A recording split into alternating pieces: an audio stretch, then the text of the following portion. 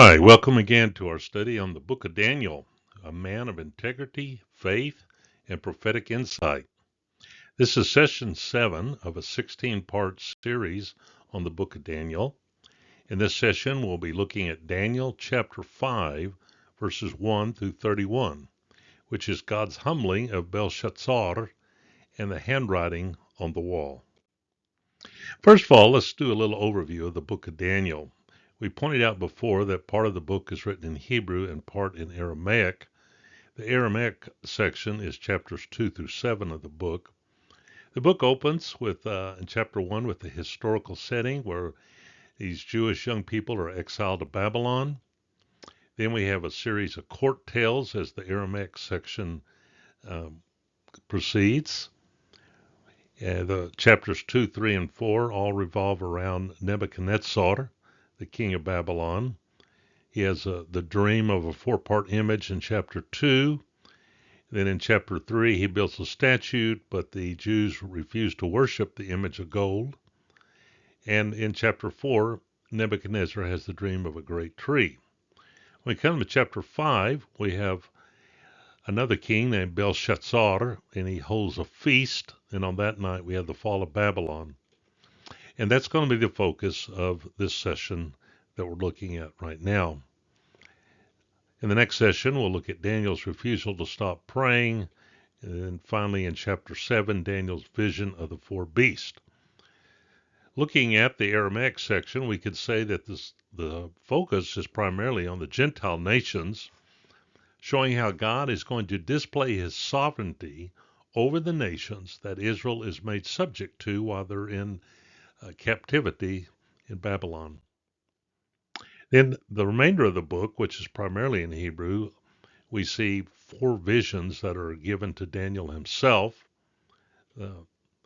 First of these is in chapter 7, which is part of the Aramaic section, but then the other three are in chapters 8 through 12. And these four visions focus more so upon Israel and her future. That is, how God is going to humble Israel at the hands of Antichrist before finally restoring her. Now, in Daniel chapter 2, the king has a dream, and in that dream he sees the statue of a man composed of various metallic parts. The head of gold represented Babylon. The chest and arms of silver symbolized Medo-Persia, which began to rule in 539, continued into 331. The thighs and midsection of bronze looks at Greece, following Alexander the Great's conquest in 331, and we have a series of Hellenistic empires. And finally, the legs of iron, we said, represented Rome, which in 63 BC took control of the land of Judah, and it continues until their collapse in AD 476. But there is yet still the feet that are partly of clay and partly of iron. We suggested that this represented a final world empire that will exist in the latter days prior to Christ's return. The stone which the king saw in the dream represents Jesus Christ. It will strike the statutes on the feet and put an end to all these kingdoms. But that stone eventually becomes a great mountain that fills the whole earth. And we said that this looked at the kingdom of God. This text says specifically that in the days of those kings, that is, these final 10 kings that have some sort of a confederacy, God will establish a kingdom of his own choosing, and it won't be left for any others. It will supersede all the Gentile kingdoms that came before it. Now, even though the head of gold represented Nebuchadnezzar and the kingdom of Babylon, the king kind of takes that to an extreme by building a whole statue of gold, which is really more to honor him alone. He missed the point, the main point of the revelation, that all the human kingdoms will one day be eclipsed by the kingdom of God. He did command that all of his subjects bow down and worship before this statue of gold that he had made in his own honor. But the Jewish subjects, of course, refused to do so, and he commanded that they would be placed into a furnace of burning fire. As he looked into that furnace, there was a fourth figure, which he said was one like a son of the gods. He knew it was some sort of divine presence that had no familiarity with him, of course. And finally, he says, "Come out, you servants of the Most High God, and come here." So King Nebuchadnezzar was made to confess that Daniel's God and the God of these Jewish young men was the Most High God. He was at least more important, more sovereign, more powerful than any other God that he was accustomed to worshiping. We come to chapter 4. We have Nebuchadnezzar's tree dream and his own humbling. So he has a dream again, and in this dream there's a great tree. Daniel is able to interpret the dream for him. The tree itself represented Nebuchadnezzar's kingdom. But as the dream proceeded, the tree was cut down and only a stump was left. And this is going to refer to the fact that his kingdom will be momentarily taken away, at least. The fact that a stump remains is somewhat of a hope that there's still life beyond this particular experience that he will be having. Well, the king was given time to repent. In fact, Daniel called him to repentance. 12 months later, however, he's looking out on this awesome city of Babylon, and he says, "Is this not Babylon the Great, which I myself have built as a royal residence by the might of my power and for the glory of my majesty?" And right then, God took away his sanity, and he became like a beast of the field. The outcome of it, though, was better. We see in chapter 4, verses 34 through 37, we read about Nebuchadnezzar's restoration and his humble praise for God. So he himself said, "But at the end of that period, I, Nebuchadnezzar, raised my eyes toward heaven, and my reason returned to me, and I blessed the Most High, and praised and honored him who lives forever. For his dominion is an everlasting dominion, and his kingdom endures from generation to generation. All the inhabitants of the earth are accounted as nothing, but he does according to his will in the host of heaven, and among the inhabitants of the earth. And no one can ward off his hand or say to him, 'What have you done?'" Well, throughout these chapters 2, 3, and 4, Nebuchadnezzar's been on something of a spiritual pilgrimage, but it comes to this high point of his confession. And I think we can say that this is a man whose heart has truly been changed by the God of heaven. Now, Daniel chapter 5, our focus of our session tonight, which is God's humbling of Belshazzar and the handwriting on the wall. There are 6 basic divisions to chapter 5. In verses 1 through 4, we will read about Belshazzar's insolence at the feast. In verses 5 through 9, Belshazzar's perplexity upon seeing the inscription, the handwriting on the wall. Verses 10 through 12, the Queen Mother's recommendation to call in Daniel. In verses 13 through 16, Belshazzar's offer to reward Daniel for interpreting the writing on the wall. In verses 17 through 28, Daniel's response to Belshazzar's offer. And in verses 29 through 31, the outcome of Belshazzar's feast. Okay, now let's go through each of these one by one. First of all, verses 1 through 4, Belshazzar's insolence at the feast. Starting in verse 1, Belshazzar the king held a great feast for 1,000 of his nobles, and he was drinking wine in the presence of the 1,000. When Belshazzar tasted the wine, he gave orders to bring the gold and silver vessels, which Nebuchadnezzar his father had taken out of the temple which was in Jerusalem, so that the king and his nobles, his wives, and his concubines might drink from them. Then they brought the gold vessels that had been taken out of the temple, the house of God, which was in Jerusalem, and the king and his nobles, his wives, and his concubines drank from them. They drank the wine and praised the gods of gold and silver, of bronze, iron, wood, and stone. Okay, in verse 1, we encounter this king called Belshazzar, and we need to discuss a little bit about the historicity of King Belshazzar. In previous ages, there was a great doubts whether there really was a Belshazzar, and so a lot of critical scholars brought accusations against the book of Daniel on this very account that there is no such person known in history as Belshazzar. According to extra-biblical sources, we have Nabonidus was the last king of Babylon, and there's no evidence of anyone called Belshazzar. Well, until, that is, an archaeological discovery in 1854 known as the Nabonidus cylinder. And here we read this, a translation of what's written in cuneiform on this cylinder. O moon god, preserve me, Nabonidus, king of Babylon, from sin. To me give the gift of long life, and as regards Belshazzar, my firstborn son, my dear offspring, put in his heart reverence for thy high divinity. So there was factual evidence that, yes, there really was a king named Belshazzar.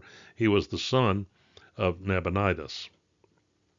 And other documents show that Nabonidus spent the last 10 years of his reign living away in Arabia, while the daily administration of Babylon was entrusted to his son Belshazzar.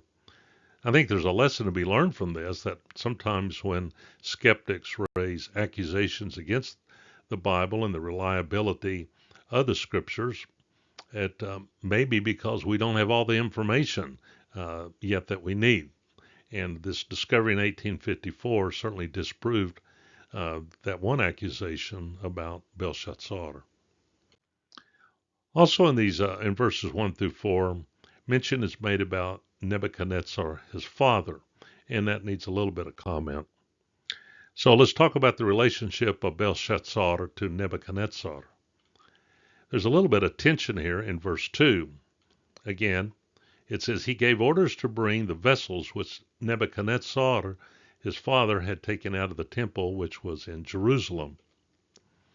Now, the term father, in both Hebrew and in Aramaic, is the term Av. This can mean not only one's literal father, but can also refer to other ancestors. For example, even it could refer to someone that was actually a grandfather as we would think of it today. So here's historically what actually happened. Nebuchadnezzar was king from 605 to 562 BC. Following his death, there was a few other kings that ruled briefly during the years 562 to 556 BC.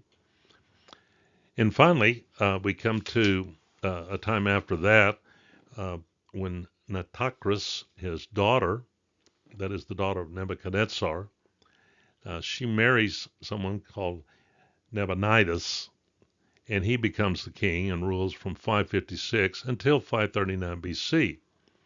Now, this couple, the daughter of Nebuchadnezzar and her husband Nabonidus, have a son, and that son is Belshazzar, the one we read about here in Daniel chapter 5. So, what we're trying to point out here is Belshazzar is related to Nebuchadnezzar. Nebuchadnezzar is his grandfather. Now, some comments about the historical setting for Daniel 5. Here's a map showing the Babylonian Empire. A lot of detail on it, but you can see highlighted in blue the city of Babylon there on the Euphrates River. Now, at the time that Daniel chapter 5 is going on, Babylonia was under attack by the combined armies of the Persians and the Medes.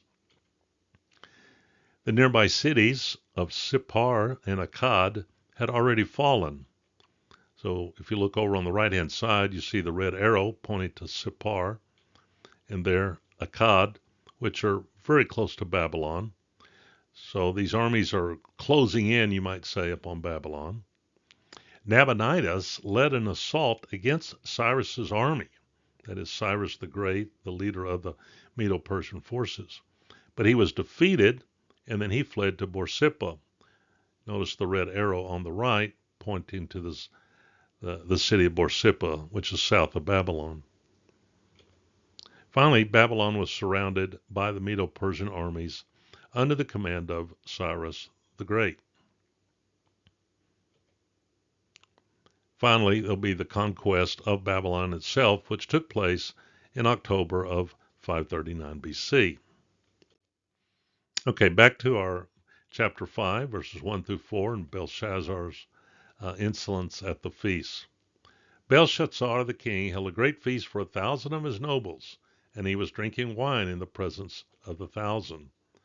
So we may be asking, well, what's going on here?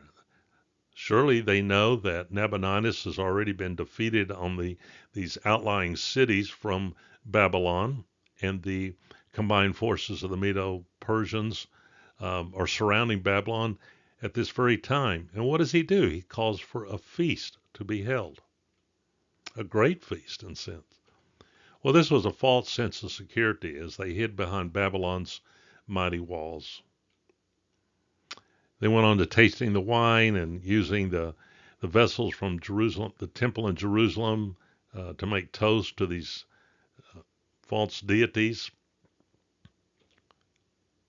This reflects the fact that he obviously knew not only about these vessels, but about the events surrounding them, including the dream that predicted Babylon's replacement by another kingdom. That was what Nebuchadnezzar's dream was about. So we see here insolent mockery of what God had already revealed to them. Finally, they drank the wine and praised the gods of gold and silver, of bronze, iron, wood, and stone. More contemptuous mockery. They knew the Hebrews regarded their Babylonian gods as mere idols. We turn for a moment to Isaiah chapter 40, verses 19 through 20, which has some comments about idolatry. As for the idol, a craftsman cast it. A goldsmith plates it with gold, and a silversmith fashions chains of silver. He who is too impoverished for such an offering selects a tree that does not rot.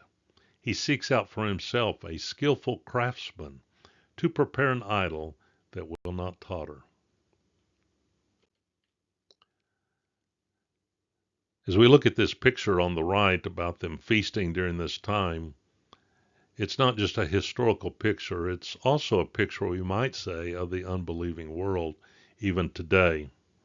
They mock our biblical faith, while at the same time hiding behind a false sense of security.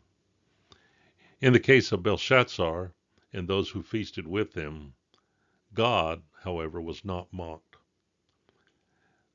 There are verses from Isaiah 47 that reflect upon Babylon's mockery and what God was going to do with her. Chapter 47, verse 1 of Isaiah. Come down and sit in the dust, O virgin daughter of Babylon. Sit on the ground without a throne, O daughter of the Chaldeans. For you shall no longer be called tender and delicate. Verse 8.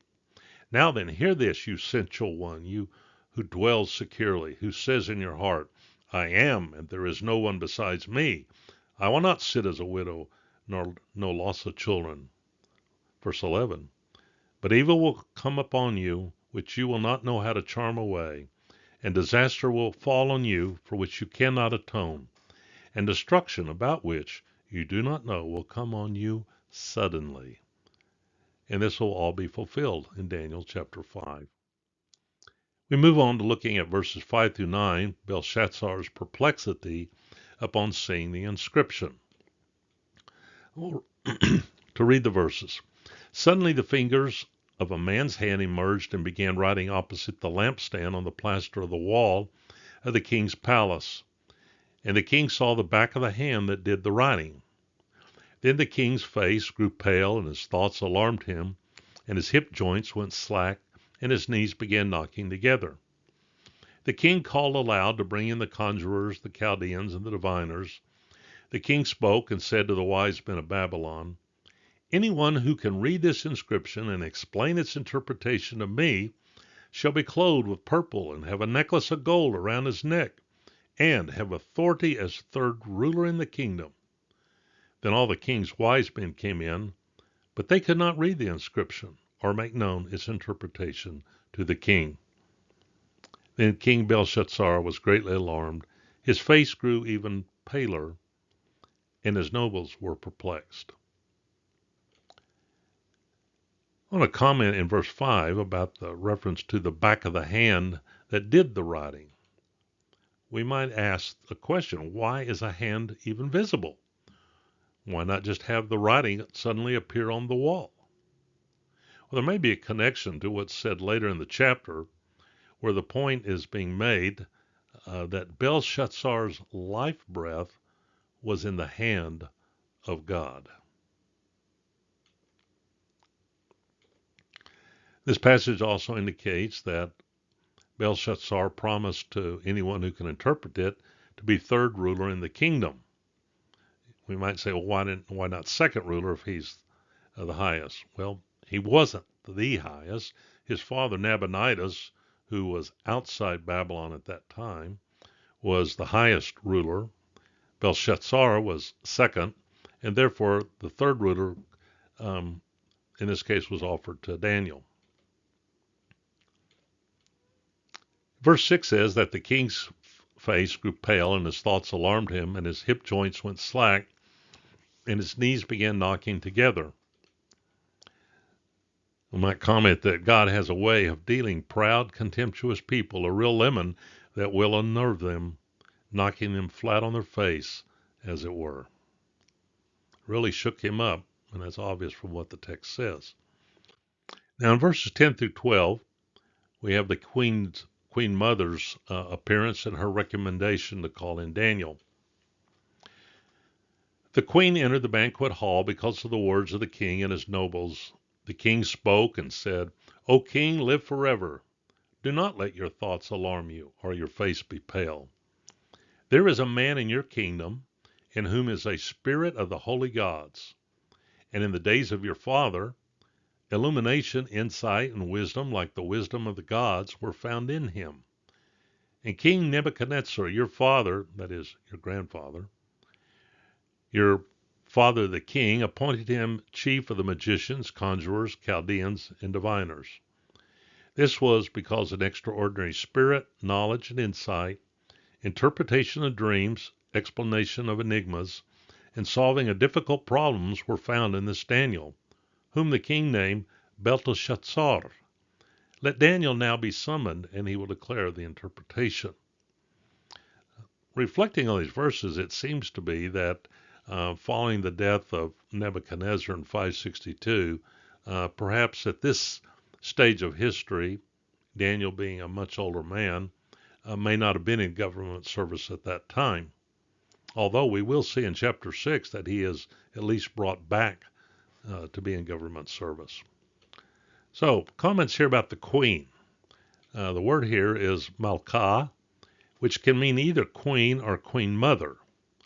So, this could refer to Nitocris, who was the daughter of Nebuchadnezzar, that is, Belshazzar's mother, or it could be the wife of Nebuchadnezzar himself, which would be Belshazzar's grandmother.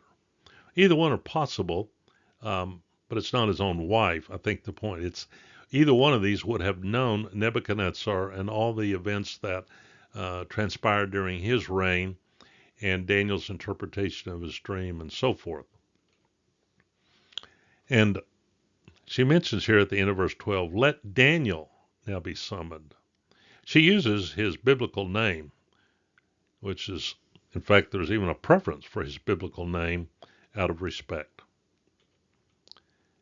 And because of her testimony, Daniel is given an audience with the king. So in verses 13 through 16, we have Belshazzar's offer to reward Daniel for interpreting. It says in verse 13, Then Daniel was brought in before the king. The king spoke and said to Daniel, Are you that Daniel, who's one of the exiles from Judah, whom my father, the king, brought from Judah? Now I have heard about you that a spirit of the gods is in you, and that illumination, insight, and extraordinary wisdom have been found in you. Just now, the wise men and the conjurers were brought in before me, that they might read this inscription and make its interpretation known to me. But they could not declare the interpretation of the message. But I personally have heard about you, that you are able to give interpretations and solve difficult problems. Now, if you are able to read the inscription and make its interpretation known to me, you will be clothed with purple and wear a necklace of gold around your neck, and you will have authority as the third ruler in the kingdom. In verses 7 through 28, we have Daniel's response now to the offer that Belshazzar had made to him. What is very clear here is that he is not fearful of confronting Belshazzar's arrogance. So he refuses the king's gifts. Verse 17, And Daniel answered and said before the king, Keep your gifts for yourself, or give your rewards to someone else. However, I will read the inscription to the king and make the interpretation known to him. So we ask the question, well, why would he refuse the gifts? Well, first of all, they were offered in a context of belittling the God whom he loved and served. Secondly, Daniel wanted to be clear that his only concern was for making the truth clear, not for any personal profit he might stand to gain. And I might also add that if this is 539 BC, Daniel would have obviously been a very old man at that point. The gifts probably meant very, very little to him, especially having some sort of purple chain to hang around your neck. Secondly, he recounts the lesson that Nebuchadnezzar had to learn. O king, the Most High God granted sovereignty, grandeur, glory, and majesty to Nebuchadnezzar your father. Because of the grandeur which he bestowed on him, all the peoples, nations, and men of every language feared and trembled before him. Whomever he wished he killed, and whomever he wished he spared alive, and whomever he wished he elevated, and whomever he wished he humbled. But when his heart was lifted up, and his spirit became so proud that he behaved arrogantly, he was deposed from his royal throne, and his glory was taken away from him. He was also driven away from mankind, and his heart was made like that of beast, and his dwelling place was with the wild donkeys. He was given grass to eat like cattle, and his body was drenched with the dew of heaven, until he recognized that the Most High God is ruler over the realm of mankind, and that he sets over it whomever he wishes. Pride and arrogance is why God had to deal harshly with Belshazzar's grandfather and take away his kingly glory. The point is being made that Belshazzar is behaving just the same idiotic way and is due discipline from God as well. So thirdly, he rebukes Belshazzar to his face. Yet you, his son, Belshazzar, have not humbled your heart, even though you knew all this. But you have exalted yourself against the Lord of heaven, and they have brought the vessels of his house before you, and you and your nobles, your wives, and your concubines have been drinking wine from them. And you have praised the gods of silver and gold, of bronze, iron, wood, and stone, which do not see, hear, or understand. But the God in whose hand are your life breath and your ways, you have not glorified. Then we have the handwriting on the wall in verses 24 through 28. Verse 24, Then the hand was sent from him, and this inscription was written out. Verse 25, Now this is the inscription that was written out. Mene, Mene, Tekel, Upharsin. Well, apparently, even though it was written on the wall, whether the script was Hebrew or Aramaic, they couldn't make any sense of it. Of course, we have to remember that at that time the vowel pointing would not been included with the letters, and to see them without any context would make it very difficult to make sense out of it. But Daniel goes on to give an interpretation. Verse 26. This is the interpretation of the message. The word mene. God has numbered your kingdom and put an end to it. Now he says that because the word mene is derived from the verb menah, which means to number or to count. So hence his kingdom, the days of his kingdom have been numbered and it's at an end. The second word, tekel, you have been weighed on the scales and found deficient. Well, the word tekel is derived from the verb tekal, meaning to weigh. And then in verse 28, pores, your kingdom has been divided and given over to the Medes and Persians. Now in this case, there's kind of a double play on words. The word pores is derived from the word paras, which means to divide.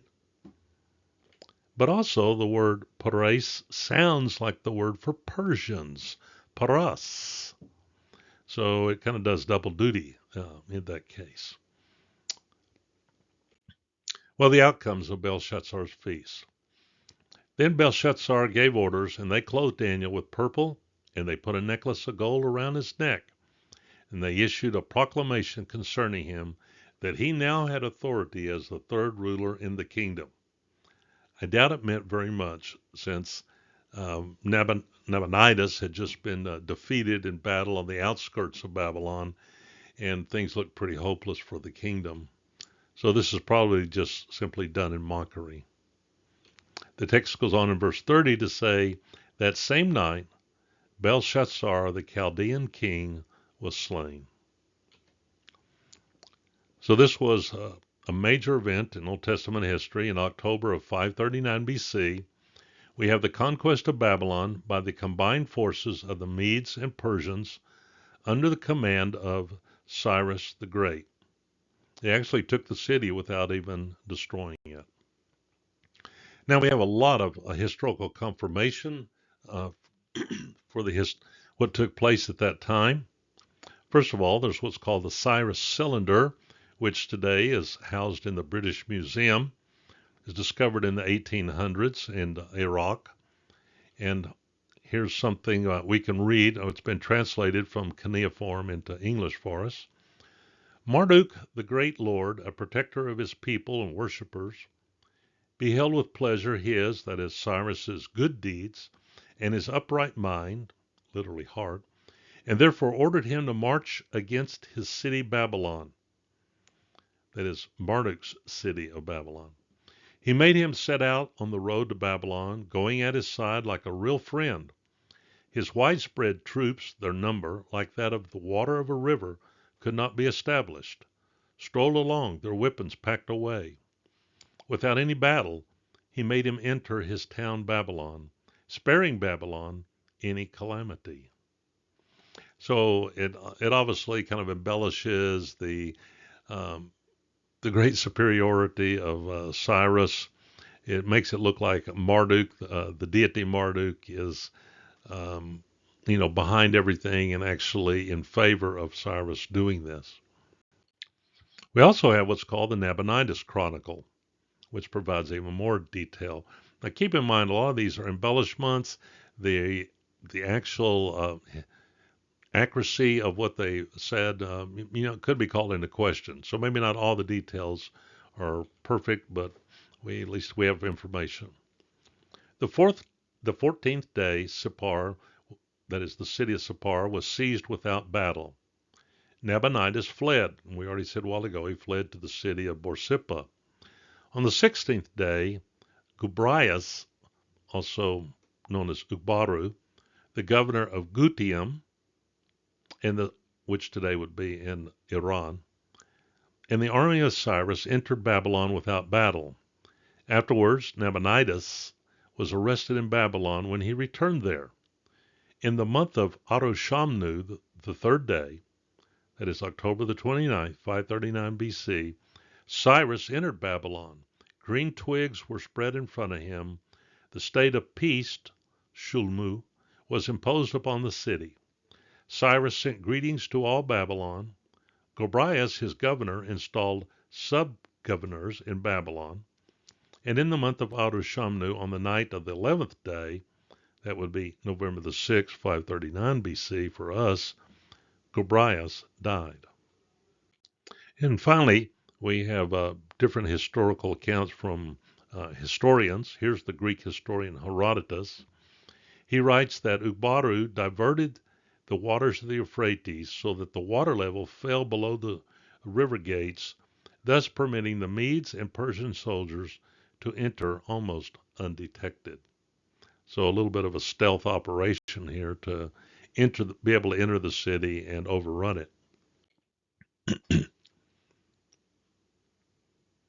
We just read verse 30 that same night Belshazzar, the Chaldean king, was slain. So Nabonidus, his father, was taken captive. Belshazzar was actually put to death. And then verse 31, so Darius the Mede received the kingdom about the age of 62. Here we see a graphic of a Persian guard. This is actually from a relief from the palace of Xerxes at Persepolis, which today is in southern Iran. And we raise the question, well, who is Darius the Mede? This has generated a lot of discussion. There have been at least 6 different suggestions that have been made as to who he is. For example, some have suggested that this is an alternative name for Cyrus, but I would say that is very doubtful. So who is this Darius the Mede that received the kingdom about the age of 62? Well, I want to make one word of caution here. Darius the Mede must not be confused with Cyrus the Great or the later Persian king, also known as Darius, who ruled during the years 522 through 486 BC. So when you read the books of Haggai and Zechariah, mention is made of a Persian king Darius, that's a different person. Just happen to have the same name. Now, notice these verses. Daniel chapter 1, verse 21. And Daniel continued until the first year of Cyrus the king. Daniel 6:28. So this Daniel enjoyed success in the reign of Darius and in the reign of Cyrus the Persian. Daniel chapter 9, verse 1. In the first year of Darius, the son of Ahasuerus, of Median descent, who was made king over the kingdom of the Chaldeans. By the way, although he's the son of Ahasuerus, this is not the Ahasuerus of the book of Esther. Again, we just have similar names. And finally, Daniel chapter 10, verse 1. In the 3rd year of Cyrus, king of Persia, a message was revealed to Daniel, which could imply that whoever Darius the Mede is, he may have died by the 3rd year of Cyrus's reign. So, some conclusions. Darius is a Mede, not a Persian. Secondly, Darius's rule was over Babylonia, not all the Medo-Persian Empire. So he's a sub-ruler under Cyrus the Great. Thirdly, Darius was older and apparently only ruled for a short time, perhaps 2 years.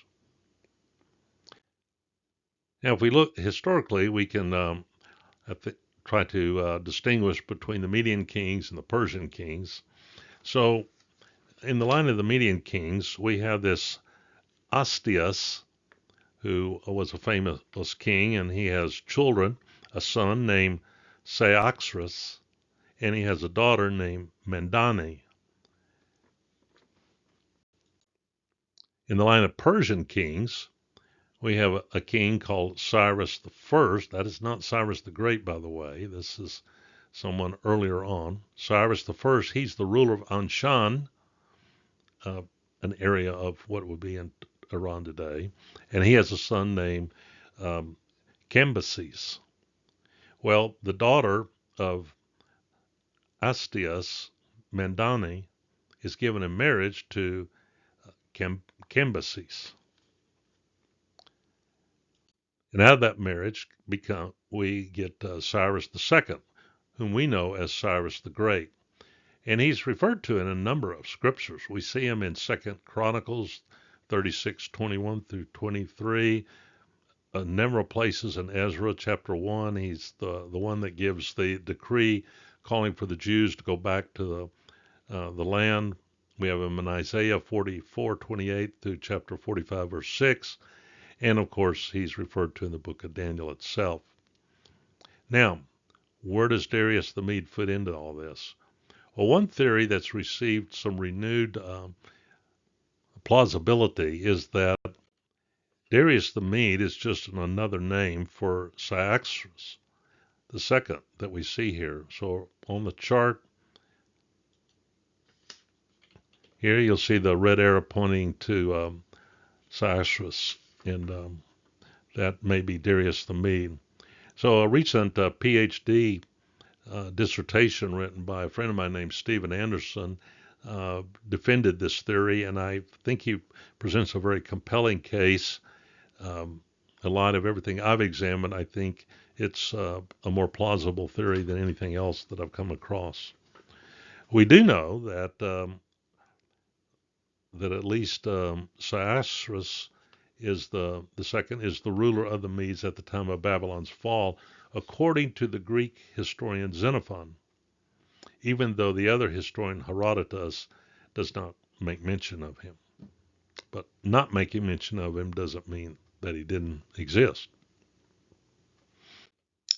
Now, a lesson for us today. Let's think about the spiritual impact about what we're learning for us today. And I want us to go back for a moment to Daniel chapter 5, verse 23. But the God in whose hand are your life breath and your ways, you have not glorified, Daniel told Belshazzar. A principle from this is that God gives each of us an allotted time to be here on earth on this side of eternity. And during that time we have, our main purpose is to use it to glorify Him. I point our attention to the words of Psalm 90, verses 10 through 12. As for the days of our life, they contain 70 years, or, if due to strength, 80 years. Yet their pride is but labor and sorrow, for soon it is gone, and we fly away. Who understands the power of your anger and your fury according to the fear that is due you? So teach us to number our days, that we may present to you a heart of wisdom. For each of us, our life breath and our ways are in the hands of God. Okay, a little peek ahead. After several chapters that focused on Daniel in the courts of Babylon, chapter 5, highlighting Belshazzar's arrogance and mockery of God, has recorded for us the conquest of Babylon by the forces of Medo-Persia led by Cyrus the Great. Daniel 6 will show us a portrait of Daniel as a faithful man of prayer. Although persecuted for his faith, he miraculously survives a night in the den of lions. So we close by re-emphasizing this principle from Daniel 5:23. God gives each of us an allotted time to be here on earth, on this side of eternity. Our main purpose is to use it to glorify Him. I pray as you think about that, that would become the cry of your heart and your prayer to God, that your whole life is really not about material that you gain or important positions that you have or wonderful achievements. Is your life being glorified by God? To Him be all the glory and honor and praise. Thank you, and we'll see you in the next session as we continue our study in the book of Daniel.